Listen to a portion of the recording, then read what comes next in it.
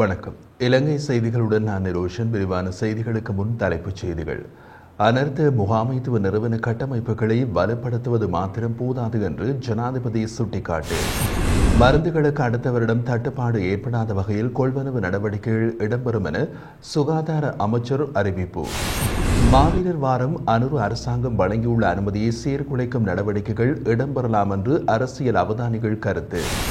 இயற்கை அனர்த்தங்களினால் இதுவரை 10 மாவட்டங்களில் 15,670 குடும்பங்களை சேர்ந்து 55,416 பேர் பாதிக்கப்பட்டுள்ளதாக அனர்த்த முகாமைத்துவ நிலையம் தெரிவிப்பு. தொடர்வது விரிவான செய்திகள்.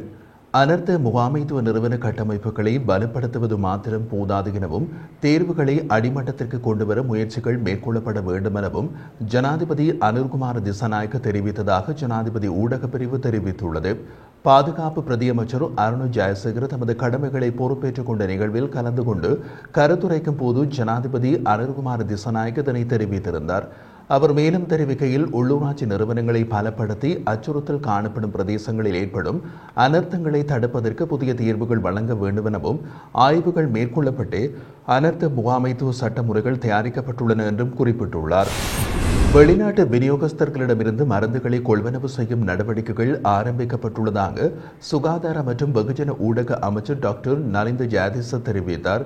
இது தொடர்பாக அவர் மேலும் தெரிவித்த போது, அண்மையில் அமைச்சரவையினால் தீர்மானிக்கப்பட்டதன் அடிப்படையில் உள்ளூர் மருந்து உற்பத்தியாளர்களிடமிருந்து பெறக்கூடிய மருந்துகளை உற்பத்தி செய்வதற்கு தேவையான நடவடிக்கைகளை அரசு மருந்து உற்பத்தி கூட்டுத்தாபனம் ஆரம்பித்துள்ளது. அத்துடன் வெளிநாட்டு விநியோகஸ்தர்களிடமிருந்து மருந்துகளை கொள்வனவு செய்யும் நடவடிக்கைகளும் ஆரம்பிக்கப்பட்டுள்ளது. நோயாளிகளுக்கு தரமான நம்பகமான மருந்துகளை தட்டுப்பாடின்றி வழங்குவதே அரசாங்கத்தின் நோக்கமாகும் எனவும் இதனை அடைவதற்கு தங்களால் இயன்றது செய்வதாகவும் கூறிய சுகாதார அமைச்சர், மருந்துகளுக்கு அடுத்த வருடம் தட்டுப்பாடு ஏற்படாத வகையில் இந்த கொள்வனவு நடவடிக்கைகள் இடம்பெறும் என்றும் தெரிவித்திருந்தார். சுகாதார அமைச்சரால் 49 உள்ளூர் மருந்து உற்பத்தி நிறுவனங்களிடமிருந்து மருந்து பொருட்கள் உட்பட 454 மருந்து பொருட்களை கொள்வனவு செய்வதற்கு தேவையான நடவடிக்கைகள் ஆரம்பிக்கவும் கடந்த மாதம் 14ஆம் தேதி இடம்பெற்ற அமைச்சரவையில் தீர்மானிக்கப்பட்டிருந்தமை குறிப்பிடத்தக்கது. இதேவேளை எதிர்வரும் 6ஆம் தேதிக்கு முன்னர் மின் கட்டணத்தை திருத்த முன்மொழிவுகளை முன்வைக்க இலங்கை மின்சார சபைக்கு பொது பயன்பாடுகள் ஆணைக்குழு அவகாசம் வழங்கியுள்ளது. இது தொடர்பாக பொது பயன்பாடுகள் ஆணைக்குழு விடுத்துள்ள அறிக்கையில் இந்த விடயம் குறிப்பிடப்பட்டுள்ளது. குறித்த திருத்த யோசனை தயாரிப்புக்காக இலங்கை மின்சார சபை 2 சந்தர்ப்பங்களில் கால அவகாசத்தை கோரியிருந்த நிலையில் தற்போது எதிர்வரும் 6ஆம் தேதி வரை கால அவகாசம் வழங்கியுள்ளது. அத்துடன் மின்சார கட்டணத்தை திருத்த முன்மொழிவுகளை வழங்க தவறினால் இலங்கை மின்சார சபையின் லாபத்திலிருந்து நுகர்வோருக்கு உடனடி நிவாரணம் வழங்க நடவடிக்கை எடுக்கப்படும் என அந்த ஆணைக்குழு எச்சரிக்கை விடுத்துள்ளது. நவம்பர் 27ஆம் தேதி நடைபெறவுள்ள மாவீரர் நிகழ்வுகளை அனுஷ்டிக்க வடக்கு கிழக்கில் உள்ள மக்கள் மற்றும் சில சிவில் அமைப்புகள் தயாராகியுள்ள நிலையில் உயிர்நீத்தவர்கள் ஒவ்வொருவரது வீட்டிலும் தீபமேற்றி அஞ்சலி செலுத்துமாறும் கோரிக்கை விடுக்கப்பட்டுள்ளது. எனினும் வடக்கு கிழக்கு மாகாணங்களில் நிலவும் சீரற்ற வானிலை காரணமாக உயிரிழந்தவர்களை அனுஷ்டிக்கும் நிகழ்வுகள் வெகுவாக பாதிக்கப்பட்டுள்ளதாகவும் செய்திகள் வெளியாகியுள்ளன. இந்த நிலையில் வடக்கு மற்றும் கிழக்கு மாகாணங்களில் இன்றும் நாளையும் இடம்பெறவுள்ள மாவீரர் தின நிகழ்வுகள் மற்றும் யுத்தத்தில் உயிர்நீத்தவர்களின் உறவினர்கள் ஏற்பாடு செய்துள்ள நிகழ்வுகளை இடையூறுகள் விளைவிக்காமல் கண்காணிக்க ராணுவத்தினருக்கும் போலீசாருக்கும் பாதுகாப்பு அமைச்சால் ஆலோசனைகள் வழங்கப்பட்டுள்ளதாக பொதுமக்கள் பாதுகாப்பு அமைச்சர் ஆனந்த விஜயபால அறிவுறுத்தியுள்ளார். இது தொடர்பாக கருத்து வெளியிட்டுள்ள பொதுமக்கள் பாதுகாப்பு அமைச்சர், உயிர்நீத்த உறவினர்களை எவருக்கும் சட்டப்படி நினைவு கூற முடியும். ஆனால் புலிகள் அமைப்பின் சின்னத்தையோ சீரடைகளையோ அவர்களின் படங்களையோ பயன்படுத்தி மாவீரர்களை கொண்டாடுவதற்கு இடமில்லை. நாட்டின் சட்டத்தின்படி புலிகள் அமைப்பு தடை செய்யப்பட்ட அமைப்பு. எனினும் வடக்கு கிழக்கு தெற்கு அல்லது மலையகம் என எதுவாக இருந்தாலும் உங்கள் உறவினர்கள் பிள்ளைகள் எவரும் உயிர் நீத்திருந்தால் அவர்களை நினைவுகூர அனைவருக்கும் உரிமை உண்டு என்று கூறியுள்ளார். உண்மையில் இதுவரை இவ்வாறான தடை செய்யப்பட்ட விடயங்களை தவிர்த்தே மாவீரர் தின நிகழ்வுகள் இடம்பெற்று வந்திருந்தாலும் கடந்த கால அரசுகளினால் பல்வேறு வழிகளிலும் தடைகள் உண்டாக்கப்பட்டே வந்திருந்தது. ஆனால் தற்போது இடம்பெற்றுள்ள அரசியல் மாற்றத்தில் அனுர அரசாங்கம் நினைவுகூர அனைவருக்கும் உரிமை உண்டு என்ற அடிப்படையில் தவிர்க்க வேண்டிய விடயங்களை தவிர்த்து நினைவேந்துவதற்கு அனுமதி வழங்கியுள்ளது. அத்துடன் ராணுவ முகாம்கள் சில வடக்கில் அகற்றப்பட்டு வருவதோடு தென்னிலங்கையில் பாதுகாப்பு காரணங்களுக்காக மூடப்பட்டிருந்து வீதிகள் திறக்கப்பட்டும் வருகிறது. இந்த மாற்றங்களை எதிர்பாராத அரசியல்வாதிகள் எச்சரிக்கை கருத்துக்களையும் தேசிய பாதுகாப்பு தொடர்பான கரிசனைகளையும் வெளியிட்டு மீண்டும் இன நல்லிணக்கத்தை சீர்குலைக்கும் நடவடிக்கைகளில் இறங்கியுள்ளனர். அதனால் மாவீரத்தின அனுமதிகளை திசை திருப்பும் முனைப்புடனும் மீண்டும் தேசிய பாதுகாப்பு விடயங்களை காரணம் காட்டி தமிழர்கள் மீது அழுத்தங்களை பிரயோகிக்க வைக்க அனுபவ அரசாங்கம் மீதான மக்களின் நம்பிக்கையின்மையை தூண்டவும் தேவையற்ற விடயங்களை முன்னெடுக்கப்படலாம் என்றும் அரசியல் ஆய்வாளர்கள் கூறுகின்றனர். அதாவது தமது பிள்ளைகளை உறவுகளை அவர்களின் சொந்தங்கள் நினைவு கூறும் போது அவர்கள் பயங்கரவாதிகளை நினைவு கூறுகின்றார்கள் என்று காட்ட முற்படக்கூடாது என்று பொது பாதுகாப்பு அமைச்சர் கூறியிருக்கும் விடயம் இந்த சந்தேகத்தை வலுப்பெற வைக்கிறது.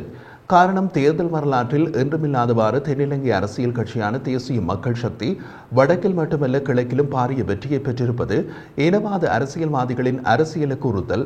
இதனை அடிப்படையாக கொண்டு விரும்பத்தகாத அல்லது குழப்பம் நடவடிக்கைகள் முன்னெடுக்கப்படலாம் என்பதன் அடிப்படையில் வடக்கு கிழக்கு மக்கள் அவதானத்தோடும் பொறுமையுடனும் நடந்து கொள்ள வேண்டும் என்று ஆய்வாளர்கள் கருதுகின்றனர். ஜனாதிபதி அனுரகுமார திசாநாயக்க எதிர்வரும் டிசம்பர் மாதம் நடுப்பகுதியில் புதுடில்லிக்கு அதிகாரப்பூர்வ பயணம் மேற்கொள்ள இருப்பதாக வெளிவிவகார அமைச்சர் விஜித ஹேரத் வெளியிட்ட அறிவிப்புக்கு இந்திய அரசாங்கத்துக்கு அசௌகரியத்தை ஏற்படுத்தியுள்ளதாக ராஜதந்திர தகவல்கள் தெரிவிக்கின்றன. கடந்த ஜனாதிபதி தேர்தலில் வெற்றி பெற்ற அனுரகுமார திசாநாயக்கவுக்கு வாழ்த்து தெரிவிக்கும் நோக்கில் இந்திய வெளிவிவகார அமைச்சர் கடந்த அக்டோபர் 4ஆம் தேதி இலங்கைக்கு வருகை தந்திருந்தார். ஜனாதிபதி அனுரகுமார திசாநாயக்கவை சந்தித்து தமது வாழ்த்துக்களை தெரிவித்த ஜெய்சங்கர் ஜனாதிபதியை இந்தியா வருமாறு கோரியிருந்ததோடு மோடியின் வாழ்த்து செய்தியினையும் வழங்கியிருந்தார். இந்த நிலையில் பொது தேர்தலில் வெற்றி பெற்ற பின்னர் கடந்த வாரம் ஊடகங்களுக்கு கருத்து தெரிவித்திருந்த வெளிவிவகார அமைச்சர் எதிர்வரும் டிசம்பர் மாதம் நடுப்பகுதியில் ஜனாதிபதி அனுரகுமார திசாநாயக்க இந்தியா செல்லவுள்ளதாக கூறியிருந்தார். அமைச்சர் விஜித ஹேரத்தின் இந்த கருத்து புதுடில்லிக்கு சற்று அசௌகரியத்தை ஏற்படுத்தியுள்ளது. ஜனாதிபதியின் பயணத்திற்கான நிகழ்ச்சி நிரலை புதுடில்லி தயார் செய்திருக்காத நிலையில் இந்திய அரசாங்கத்தினால் அதிகாரப்பூர்வ அறிவிப்பு வெளியிடப்படுவதற்கு முன்னரும் இந்த தகவலை விஜித ஹேரத் வெளியிட்டுள்ளதாக ராஜதந்திர தகவல்கள் தெரிவிக்கின்றன. திடீர் வெள்ளம், பலத்த காற்று மற்றும் மரங்கள் முறிவு போன்ற இயற்கை அனர்த்தங்களினால் இதுவரை 10 மாவட்டங்களில் 15,670 குடும்பங்களை சேர்ந்து 55,416 பேர் பாதிக்கப்பட்டுள்ளதாக அனர்த்த முகாமைத்துவ நிலையம் தெரிவித்துள்ளது. சீரற்ற காலநிலையினால் 526 குடும்பங்களை சேர்ந்து 1,696 பேர் பாதிக்கப்பட்டுள்ளதாக அனர்த்த முகாமைத்துவ நிலையத்தின் நிலைமை அறிக்கை தெரிவிக்கின்றது. 20 பேர் பாதுகாப்பான இடங்களுக்கு மாற்றப்பட்டுள்ளார்கள். 1,141 பேர் தங்கள் உறவினர்களுடன் தங்கியுள்ளனர். மொத்தம் 80 வீடுகள் பகுதியளவில் சேதமடைந்துள்ளதோடு ஒரு வீடு முற்றாக சேதமடைந்துள்ளது. உயிரிழப்பு, காயம் அல்லது காணாமல் போனவர்கள் குறித்து இதுவரை எந்த தகவலும் இல்லை. அம்பாறை மாவட்டத்தில் லாகுகல பிரதேசத்தில் அதிகூடிய மழை வீழ்ச்சியான 149.5 மில்லிமீட்டர் பதிவாகியுள்ள அதேவேளை குறைந்தளவான மழை வீழ்ச்சி கிளிநொச்சி மாவட்டத்தில் 77.5 மில்லிமீட்டர் பதிவாகியுள்ளது. இதேவேளை வடக்கு கிழக்கில் தீவிர காற்றழுத்த தாழ்வு நிலை தாழ்வு மண்டலமாக மாறி புயலுக்கு முந்தைய நிலையில் உள்ளதாகவும் அடுத்த கட்டமாக அது புயலாக மாறும் எனவும் யாழ் பல்கலைக்கழக புவியியல் துறை தலைவர் நாகமுத்து பிரதீபராஜா தெரிவித்துள்ளார். தனியார் ஊடகம் ஒன்று நிகழ்ச்சி ஒன்றில் கலந்து கொண்டு பேசிய போதே இந்த விடயத்தை தெரிவித்ததாக குறிப்பிடப்படுகிறது. இது தொடர்பாக அவர் மேலும் தெரிவிக்கையில், வடக்கு மற்றும் கிழக்கு மாகாணத்தின் அனைத்து மாகாணங்களும் மிக மோசமான பாதிப்பை எதிர்கொள்வதோடு வடமத்திய மற்றும் தென்கிழக்கு பகுதிகளிலும் கனமழை மற்றும் மிக வேகமான காற்றுக்கு வாய்ப்புள்ளது என்றும் அவர் தெரிவித்துள்ளார்.